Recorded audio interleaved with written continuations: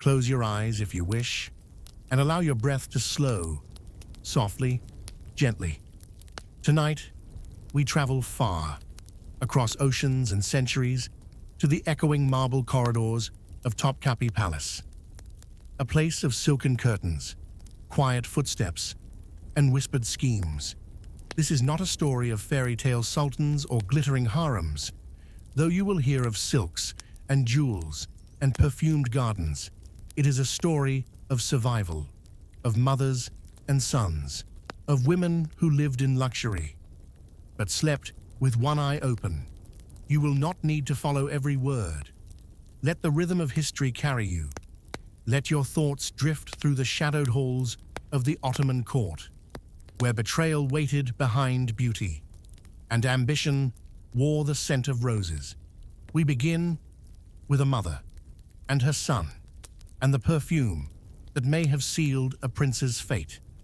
Imagine yourself in the heart of the imperial harem, sometime in the early 17th century. The air is thick with the scent of jasmine oil, mingled with the sweet smoke of sandalwood incense. Outside the latticed windows, the Bosphorus gleams like a silver ribbon. Inside, silence. Too much silence. You are the mother of a prince. Your title is Valide Sultan, or perhaps you hope it soon will be.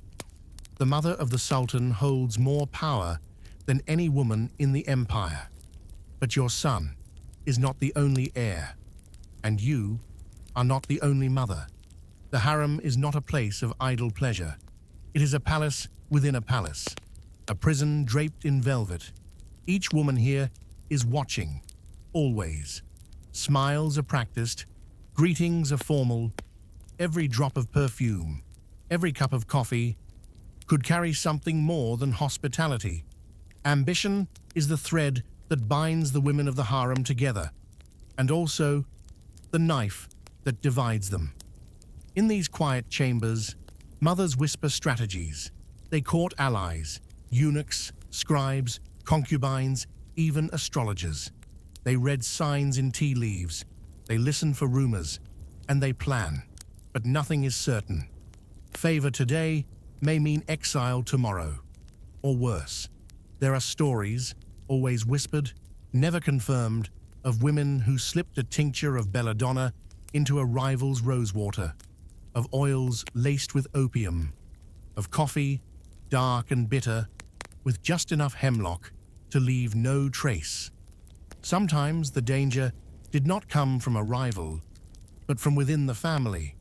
One Valide Sultan, Safiye, is said to have arranged the strangling of a consort she deemed too close to her son. And yet, the women who lived through these courts were not monsters. They were survivors, to protect their sons, to preserve their line, to hold even a sliver of power in a world ruled by men. They did what they believed they must, and every night, as they lay down on mattresses filled with goose feathers, listening to the distant call to prayer, they slept with one eye open. The rhythm of their lives was delicate and dangerous. One wrong word, one poorly timed gift, could shift the winds of power. Even their beauty could betray them. A favored consort today might be sent away tomorrow, never to be seen again, or might be promoted, elevated to the title of Haseki Sultan, the legal wife of the ruler, a rare honor and a risky one, because power in the Ottoman palace always came with a price. And as your son grows, as his tutors teach him to read Arabic script and recite the Quran, as his voice deepens and the whispers around him grow louder, you begin to wonder, will he survive long enough to rule? Will you? The answer may lie not in your hands, but in a cup of sherbet, a ribbon of silk, or the scent of perfume left too long on the skin. The palace sleeps, though it never truly rests. Footsteps echo softly in the long stone corridors. Somewhere beyond them, the wind moves the curtains of the Sultan's private tent, where decisions far heavier than sleep unfold. It is the autumn of 1553. The Ottoman Empire is at its zenith, broad as the eye can imagine, stretching from the gates of Vienna to the warm waters of the Arabian Sea. Its ruler, Suleiman the Magnificent, commands one of the world's most powerful realms. And yet tonight, his heart is burdened, not by armies or enemies, but by a single name, Mustafa. Prince Mustafa was Suleiman's eldest son, a brilliant, popular young man, tall, noble, charismatic, beloved by the Janissaries, admired by the scholars, and perhaps that was the problem. You see, in the Ottoman system, there was no rule of eldest son succession. The throne was not inherited, it was claimed. And that claim was often settled in blood. Suleiman, known to his people as the lawgiver, had many children, but none rivaled Mustafa in promise, and none were more feared. Not by his father, at first, but perhaps by others. Among those others was Hurrem Sultan, Suleiman's wife, once a concubine, then the mother of his younger sons, and in time, his confidant, his queen. History has long debated Hurrem's role in Mustafa's death. Some say she merely warned her husband, others that she whispered constantly into his ear, that she forged letters, that she persuaded the Grand Vizier to poison the well of trust. The truth? We may never know, but this much is certain. Mustafa was summoned to his father's campaign tent near Konya. He came, as duty demanded, dressed in ceremonial robes, prepared to greet his father with the ritual kiss of submission. But instead of welcome, he found only silence and waiting guards. The sentence was sealed. The Sultan had given the order himself. No trial, no last word, just the silken cord, the method of execution reserved for royal blood. A soft death, they said, silent, clean, without blood, but death nonetheless. Mustafa was 38. He had never rebelled. He had led campaigns. He had waited patiently. And then he was gone. The empire grieved. Soldiers wept openly. Whispers spread like wildfire. Some said Suleiman had been deceived. Others blamed Hurrem, or the Grand Vizier, Rustam Pasha, her ally, her son-in-law. But the tent was already empty. The guards had gone. And Suleiman never spoke of it again. And what of Mustafa's mother? She was Mahidevran, a woman once favored above all others, now stripped of influence. She had warned her son to be careful, to tread gently, to never outshine his father. But in the palace, brightness can be dangerous. A prince too loved is a prince to be feared. Mahidevran lived many years after her son's death, retired, impoverished, in Bursa, tending his grave, remembering the face of a boy who had once laughed beside a fountain. And so, another woman of the Ottoman harem faded into shadow, not defeated, but forgotten by history. As the empire turned and time passed, the rhythm of the court continued. New mothers, new sons, new whispers behind the curtains, and always, always, the silence of a tent on a cold autumn night. A father, a son, and the moment trust was no longer enough. Now, imagine a room, not large, not small, not quite a prison, but not quite freedom either. The windows are covered with screens. The light filters in softly, never fully illuminating the corners. There is a divan against the wall, a low table with a chess set, its pieces unmoved. Books line the shelves in languages ancient and sacred, and the silence is absolute. This is the cafes, the golden cage, a gilded locked chamber where Ottoman princes were sent to wait, not as punishment, but as prevention. You see, in earlier centuries, succession was a matter of survival. When a new sultan took the throne, it was customary for his brothers, sometimes even his cousins, to be executed. not out of cruelty, but necessity, so that no rival could challenge the new ruler. It was the law of fratricide, and it was efficient. But over time, the empire began to shift. Foreign ambassadors expressed horror. Internal dissent grew, and so the Ottomans adapted.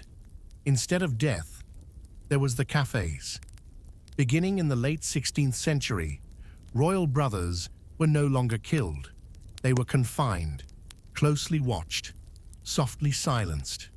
Imagine yourself as a young prince, born to privilege, educated in the finest poetry, law, and philosophy. Promised nothing, yet always seen as a threat. One morning, you are led to the cafes. You may stay there for a year, or 10, or until your brother dies. Some princes never left. The chamber was not always cruel. There were luxuries, silks, musicians, tutors, food from the palace kitchens. And yet, the days grew long, the hours blurred. There was no horizon, no fresh air, no sound of laughter or birdsong, just the rustle of attendance and the slow erosion of time. Some princes studied obsessively. Others sank into melancholy. A few lost their minds. There are accounts, gently recorded, never confirmed, of princes pacing in circles, of whispered arguments with unseen figures, of men who no longer knew their own names.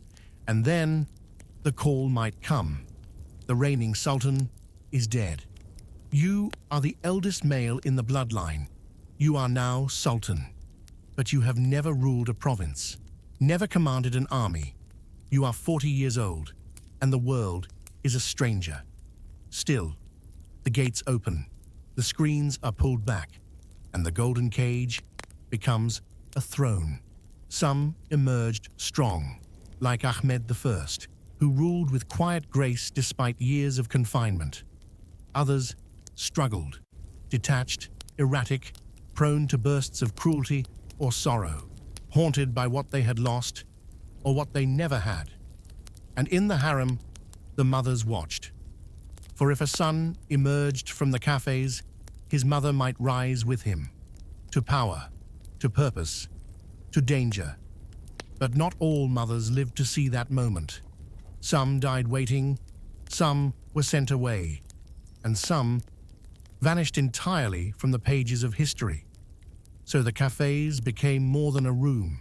It was a symbol of peace, bought through isolation, of safety paid for with solitude, a place where time flowed gently, but never freely, and through its wooden lattices, the empire marched on.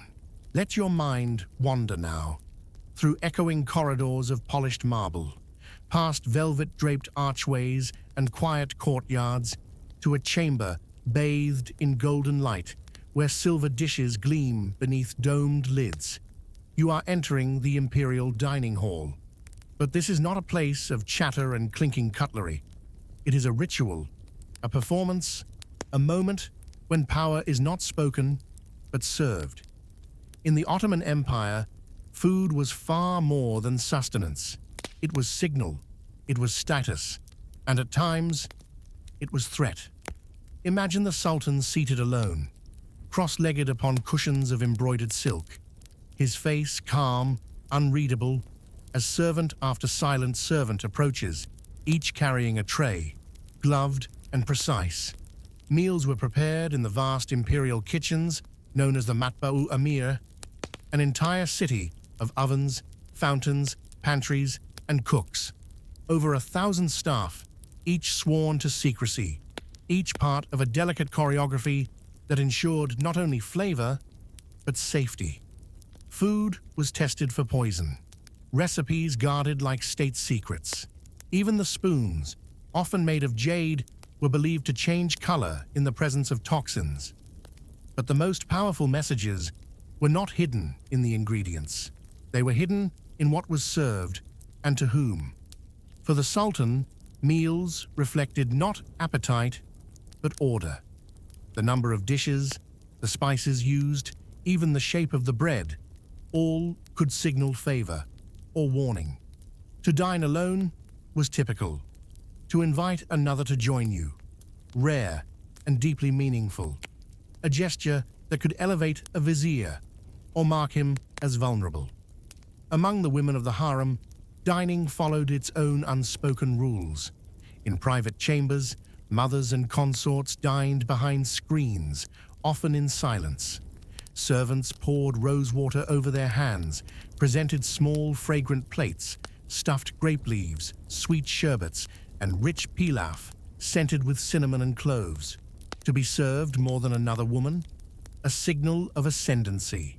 To receive a dish directly from the Sultan's kitchen? A mark of trust or suspicion. Even desserts could be political. A bowl of goulash offered after the evening prayer might be a gesture of affection or a subtle test. And if a dish was returned untouched, it spoke louder than any words. Sometimes a woman would fast, not for religion, but to show disapproval or to protect herself. Because as in all things within the Ottoman palace, appearances were everything. And appearances were never the full story. Dining was also spectacle. During ceremonies like the Mevlid or circumcision festivals, enormous banquets were prepared. Tents filled with nobles and foreign dignitaries, tables overflowing with roasted lamb, rice pyramids, and delicate confections shaped like birds and flowers. But in the background, the women remained unseen. Their meals served in mirrored quiet. Their pleasures, if any, tasted slowly, cautiously. For the harem, like the empire itself, ran on layers, silk over stone, sugar over fear. And so the spoon was lifted, the sherbet sipped, and the eyes of a mother, perhaps your own, watched every bite, not for the flavor, but for the future. Because in the Ottoman world, even food had a shadow. Even sweetness could turn bitter, and even the softest bread might be your last.